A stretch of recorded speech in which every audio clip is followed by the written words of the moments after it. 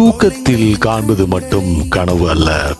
என்னை கேட்டால் நீங்கள் விழித்திருக்கும் போது எதையெல்லாம் பார்க்கிறீர்களோ அதுவும் கனவுதான் என்று சொல்வேன்.